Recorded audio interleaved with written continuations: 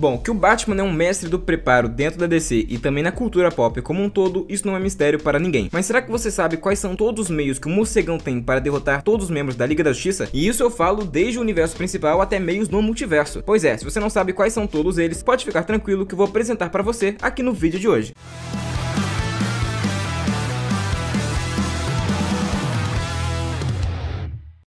Bom, não tem como não falar dos planos de contingência do Batman sem citar o personagem principal que sofre na mão desses planos, que é o Superman. E olha, a quantidade de coisas que o Cavaleiro das Trevas coleciona para encarar o último filho de Krypton é assustadora. Vamos começar com a história original, que é a Torre de Babel, que mostra que o Batman tem planos de contingência para os personagens da Liga. Na HQ, o Batman revela que criou uma amostra de kryptonita vermelha que tem como efeito colateral tornar a pele do Homem de Aço transparente. Como seus poderes vêm da absorção da luz do sol a partir da pele, isso faz com que ele experimentasse uma sobrecarga sensorial que é extremamente dolorosa, e por conta da quantidade absurda de dor que ele estava sentindo, ele era incapaz de utilizar qualquer um dos seus poderes. Já na animação que adaptou o quadrinho, os planos de contingência do Batman foram modificados por Vandal Savage, e aquilo que deveria ser imobilizar o Superman se tornou matar o Homem de Aço. Ao invés de uma kryptonita vermelha, ele utilizou uma bala de kryptonita verde, que atirada pelo metalo quase matou o Superman no processo. Mas claro que não é só isso. Ao longo dos anos, o Batman já mostrou muitas coisas contra o Superman, da mesma forma que eu mencionei lá no começo do vídeo. Um dos mais famosos é o anel de kryptonita que ele carrega dentro do cinto de utilidades e que já foi muito útil para salvar a vida do Batman algumas vezes. Curiosamente, nas animações esse item também já foi modificado e se tornou um par de soco inglês com pontas de kryptonita. Em universos alternativos ele conta com outros planos também, principalmente no multiverso sombrio. Em um desses universos foi mostrado o Batman com uma lança de kryptonita lutando contra o Superman, que havia se corrompido e estava matando humanos por diversão. Obviamente deu errado e o Superman facilmente cortou o braço do Batman usando sua visão de calor. Mas aí o Batman simplesmente desiste de qualquer redenção do seu amigo e aperta um botão no seu cinto de utilidades, onde ele se transforma numa versão do Apocalipse. O botão que ele apertou era para ativar uma manipulação genética que ele havia feito em si mesmo, que até mesmo permitia ao Batman transformado liberar um gás de kryptonita para derrotar ainda mais facilmente o Superman. Em outro universo alternativo, dentro do multiverso sombrio, o Batman que se tornou o Batman que ri utilizou uma kryptonita diferente para derrotar o Superman. Ele utilizou a kryptonita preta, que enlouquece os kryptonianos, e jogou dentro de uma cela onde estavam o Superman, o seu filho e a sua esposa, onde ambos lutaram entre si até a morte. Já no universo de Injustice, o personagem demonstrou carregar com ele kryptonita laranja, que dependendo do nível de exposição do Superman, pode fazer com que ele perca todos os poderes permanentemente. Mas também vale comentar sobre as armaduras do Batman, que ele tem duas em especial que podem atuar contra kryptonianos. Uma é chamada de armadura Stealth, onde ele fica completamente indetectável até mesmo à supervisão do Superman. E a outra é a Justice Buster, que foi projetada para derrotar todos os membros da Liga da Justiça, e eu vou comentar mais acerca dela ao longo do vídeo, mas a maior parte dos recursos é contra o Superman. Nas suas manoplas existem vários sóis vermelhos miniaturizados para lutar fisicamente contra o herói. As manoplas também contam com escudos de plasma para desviar da visão de calor e tem outras funcionalidades que não foram mostradas, porque a luta entre os dois foi extremamente rápida. Mas avançando, a Mulher Maravilha sempre foi uma pedra no sapato do Batman quando se trata de planos de contingência, porque ela simplesmente não tem fraquezas. Ela é uma personagem que consegue bater de frente com os kryptonianos e em algumas histórias ela é tão rápida quanto o Flash e não conta com nenhum tipo de desvantagem, mas é justamente a sua criação como guerreira que faz com que ela possa ser derrotada. Em Torre de Babel, depois de ser injetada com nanorobôs, ela ficou presa em uma realidade virtual, duelando com um oponente fantasma que é igual a ela em todos os sentidos. Como a personagem simplesmente se recusa a se render, significava que por conta própria o seu corpo iria acabar se autodestruindo por exaustão. Curiosamente, isso não foi alterado na animação, só que dessa vez ela estava lutando contra a Mulher Leopardo. Ela também foi infectada com nanorobôs, mas agora ela via todos os civis e pessoas inocentes como a Mulher Leopardo, o que a obrigava a lutar contra todos até achar a verdadeira. E da mesma forma que aconteceu na HQ, ela estava quase sobrecarregando seu corpo de tanto cansaço, mas o Batman conseguiu uma alternativa diferente a isso utilizando a Justice Buster. Nessa armadura também existe um plano de contingência para ela, que é o Laço dos Véus. Essa que é uma antiga relíquia criada por Hefesto em um momento de dúvida, após ter criado o Laço da Verdade da Diana, que ele julgou ser muito poderoso. É o inverso do próprio laço, feito da lã da ovelha que o lendário herói grego Ulisses usou para enganar o Ciclope Polifermo durante a Odisseia. Quando o laço prendeu a Mulher Maravilha, criou uma fantasia delirante onde ela é bem sucedida sobre o seu inimigo, e ela fica completamente congelada nesse estado de vitória. Então, ao invés de prendê-la numa realidade alternativa onde ela luta para sempre, ela simplesmente está presa numa vitória eterna. E outro personagem que é extremamente problemático para o Batman é o Velocista Escarlate, e nesse caso ele teve que encarar dois dos principais velocistas. Isso porque a Liga da Justiça já contou com os dois maiores, que é o Barry e o Wally. Os dois personagens têm um nível de velocidade diferente, mas ambos são problemáticos, e o Batman criou o plano para os dois, que eu vou comentar aqui porque dá tudo no mesmo, ambos são velocistas. O primeiro, que foi na Torre de Babel, foi para o Wally, onde ele recebeu um tiro na parte de trás da espinha com uma bala vibratória que induzia nele ataques epiléticos. Esses ataques epiléticos aconteciam na velocidade da luz por conta da velocidade do personagem, e ele simplesmente simplesmente não cessavam, o que impedia a todos de ajudar o herói. Já na animação, o Mestre dos Espelhos grudou uma bomba no pulso do Flash, onde ele teria que correr cada vez mais rápido, senão a bomba iria explodir. Para isso, ele teve que ir até um iceberg, vibrar dentro dele para que a bomba soltasse do seu pulso e explodisse sem machucar ninguém. Mas quanto ao Barry Allen, a Justice Buster também conta com apetrechos para o personagem como servidores projetados para processar informações e agir mais rápido que o Flash consegue executar. Mas isso supondo que ele não esteja na velocidade máxima, aí de fato seria game over para o morcegão. E junto dos processadores, o traje possui um canhão hiper rápido que dispara um fluido sem atrito direcionado aos pés do Flash. Ele é usado para usar a própria velocidade contra ele, fazendo o Flash colidir com seu próprio impulso, enquanto o incapacita completamente no processo. Tudo ocorre tão rápido que o Batman só percebeu o que havia acontecido após a luta ter finalizado. Mas antes de continuar, não esquece de deixar o like e também se inscrever no canal para me ajudar a continuar crescendo. A maioria do pessoal que assiste aqui os vídeos não está inscrito e saiba que isso fortalece e ajuda o canal a continuar avançando cada vez mais. Mas indo para o próximo, agora temos os planos contra o Caçador de Marte. Muito diferentemente dos anteriores, um personagem que foi fácil de achar uma fraqueza é o Caçador de Marte, já que ele tem uma pirofobia, que no caso é um medo do fogo. Então, para derrotar o Caçador de Marte, o Batman desenvolveu uma substância de magnésio que entra em combustão ao entrar em contato com o ar. Depois que os planos do Batman foram roubados, o Caçador teve no seu corpo injetada essa substância, que revestiu a sua pele e fez com que ele experimentasse combustão perpétua. E por conta da fisiologia do Caçador de Marte, isso não era capaz de matá-lo, mas com certeza era uma experiência extremamente agonizante. E como foi visto na própria animação, já que esse foi um dos poucos métodos que não mudou, nem mesmo entrando debaixo d'água o personagem parava de pegar fogo. Pesquisando bem, eu não achei nenhum outro tipo de mecanismo de defesa contra o Caçador de Marte, então eu só tenho isso para comentar acerca dele. Mas ainda falando sobre medos elementais, vamos sair do medo do fogo para uma fobia de água, que no caso seria a contramedida contra o Aquaman. Bom, não que o personagem tenha medo de água, já que seria algo no mínimo curioso para um Atlante, mas é justamente a ausência de água que faria que o Aquaman fosse derrotado seguindo os planos do Batman. Durante a Torre de Babel, o Aquaman foi atingido por uma dosagem da toxina do medo do espantalho, mas com a fórmula modificada. O Cavaleiro das Trevas explicou que era para gerar especificamente hidrofobia, que no caso é o medo da água. Só que o Aquaman precisa de tempos em tempos se hidratar, não apenas para preservar a sua força, mas também para se manter vivo. Durante a HQ, chegou a um ponto onde eles tiveram que imobilizar o Aquaman para forçá-lo a entrar em um tanque de água, para que ele não acabasse morrendo. Particularmente eu achei um golpe bem pesado do Batman, já que esse aqui parece que ele estava realmente querendo matar o Aquaman, mas não dá pra dizer que não foi eficaz. E diferentemente do Caçador de Marte, ele teve a sua parcela de equipamentos na Justice Buster. Para ele, o Batman criou um canhão de carbonato de magnésio em pó, uma substância que absorve a umidade melhor que qualquer outra substância na Terra. Ao prender o Aquaman com uma gosma atirada pelo canhão, isso impediu seus movimentos, e quanto mais ele lutava, mais a substância absorvia a umidade, deixando ele mais fraco. E uma mudança interessante que aconteceu dos quadrinhos para a adaptação em animação é o Lanterna Verde que está com a Liga da Justiça. Nos quadrinhos, quem estava com os heróis era o Kylo Rayner, mas na animação era o Lanterna Verde tradicional, o Hal Jordan. O que é bem triste, já que o Kylo Rayner sempre fica de escanteio em tudo na Liga da Justiça. E bem, a forma como ambos foram derrotados foi bem diferente também, sendo a do Kyle bem mais criativa na minha opinião. Enquanto dormia, ele foi hipnotizado para acreditar que era cego, e o anel, respondendo à sua vontade, o deixou cego de verdade, o que fez ele incapaz de controlar o seu poder. Já o Hal Jordan na animação foi contaminado com o gás do medo do espantalho, da mesma forma que aconteceu com Aquaman, enquanto acreditava não ter conseguido salvar a vida de uma inocente que se parecia muito com a Carol Ferris. Isso foi particularmente mais emocionalmente difícil para o personagem, já que a Carol é a sua ex-namorada, que por um bom tempo foi também a sua inimiga mortal. Já na Justice Buster, o Batman colocou um neuralizador de citrino, que é uma mistura de vários elementos. Citrino, que é uma pedra amarela, e um neuralizador é um dispositivo fictício do filme Homens de Preto, usado para alterar a fisiologia cerebral por meio de luzes piscantes. Não foi mostrado exatamente a luta dele contra o Lanterna Verde, mas podemos presumir que esse dispositivo emitiu uma luz de citrino no cérebro do Lanterna, impedindo de usar os seus poderes. E aqui vale mencionar também que tem uma cena nos quadrinhos onde o Batman e o Robin vão enfrentar o Hal, e eles se pintam inteiros de amarelo junto com o ambiente que eles estavam. Isso, claro, na época que os Lanternas tinham uma fraqueza natural à cor amarela, e seus poderes ficavam desligados. E bem, por incrível que pareça, muita gente se esquece que o Homem Borracha já fez parte da Liga da Justiça e permaneceu assim por um bom tempo. Claro que, sendo ele parte da equipe, ele também teve o reconhecimento do Batman para ter um plano de contingência contra ele. Inclusive, por curiosidade, o Homem Borracha é considerado pelo Batman um dos seres mais poderosos da Terra. E como seus poderes vêm de ter o controle individual sobre todas as moléculas do seu corpo, para desabilitá-lo, o Batman desenvolveu um método muito direto de eliminar esse controle. Basicamente, ele iria congelar o Homem Borracha com nitrogênio líquido, e isso fez com que suas moléculas parassem completamente. Nos quadrinhos, ele até mesmo foi estilhaçado depois de ser completamente congelado, mas o Homem Borracha é praticamente imortal, então ele só se regenerou como se nada tivesse acontecido. Claro que ainda levou um bom tempo para ele se recuperar, mas no fim das contas não surtiu efeito nenhum tê-lo despedaçado. E avançando, o Cyborg é um dos poucos personagens aqui da lista que não participou do evento da Torre de Babel, já que ele não fazia parte da Liga da Justiça. Na verdade, o personagem sempre foi muito mais relacionado aos Titãs e variações da equipe dos Titãs, mas a partir dos 952 depois ele acabou entrando na Liga da Justiça de fato. Então tudo que eu tenho para falar é sobre a estratégia que o Batman colocou junto da Justice Buster, afinal ele teve que combater o Cyborg também, mas ficou de fora da tela. A única luta que a gente presenciou de fato foi contra a Mulher Maravilha, o Flash e o Superman. Os demais nós temos informações dadas pelo Batman. E para derrubar o Cyborg ele criou uma árvore nervosa eletromagnética, que é um mecanismo que ataca os nervos do Cyborg com pulsos eletromagnéticos, desorientando e incapacitando suas funções mecânicas. Eu ainda posso citar que no universo de Injustice ele colocou um vírus no Cyborg no momento que os dois se conheceram, mas como não sabemos se isso aconteceu de fato no universo tradicional, isso fica só de curiosidade mesmo. E por fim, é claro que não poderia faltar o próprio Homem-Morcego, que já criou planos de contingência contra ele próprio. É claro que, em mais de uma ocasião, o mesmo já afirmou que não tinha plano, e que o plano para detê-lo seria utilizar a Liga da Justiça. Bom, essa foi a informação inicial que as HQs deram, mas com o tempo foi visto que o Batman tem sim diversos planos contra ele. O primeiro, e o mais básico, seria neutralizar a sua inteligência, que seria distraindo o personagem. Com certeza a sua mente é a sua maior arma, então qualquer vilão poderia simplesmente fazê-lo parar de pensar, utilizando um refém que ele se importe. Então alguns dos seus filhos adotivos, ou Damon, que é o seu filho legítimo, e até mesmo Alfred poderiam ser utilizados contra o Batman, como já aconteceu mais de uma vez. Inclusive, foram nessas ocasiões que pessoas importantes foram utilizadas contra o Batman que ele chegou próximo a perder, e atualmente o Alfred está morto nos quadrinhos por conta disso. Mas claro, o plano de contingência definitivo do Batman é contar com o Failsafe. Ele é um robô que eu tanto já mencionei aqui no canal, que é uma máquina basicamente criada para que o Batman não possa vencer. Para o Batman, é simplesmente um robô imbatível que luta no corpo a corpo e que foi criado com o intuito de que, se o Batman ultrapassasse a linha de matar alguém, ele seria ativado e teria que derrotar o Homem-Morcego. Todas as vezes que o Batman teve que lutar contra o Failsafe, ele teve que fugir, já que é simplesmente incapaz de vencer a máquina que ele próprio desenvolveu. Mas no fim, esses são todos os planos de contingência do Batman para os membros da Liga da Justiça. Deixa o like aí embaixo, manda para aquele seu amigo que não entende nada de quadrinhos e ajuda o canal a continuar crescendo. Deixa nos comentários também qual desses planos você achou mais maluco e o mais engenhoso do Morcegão. Valeu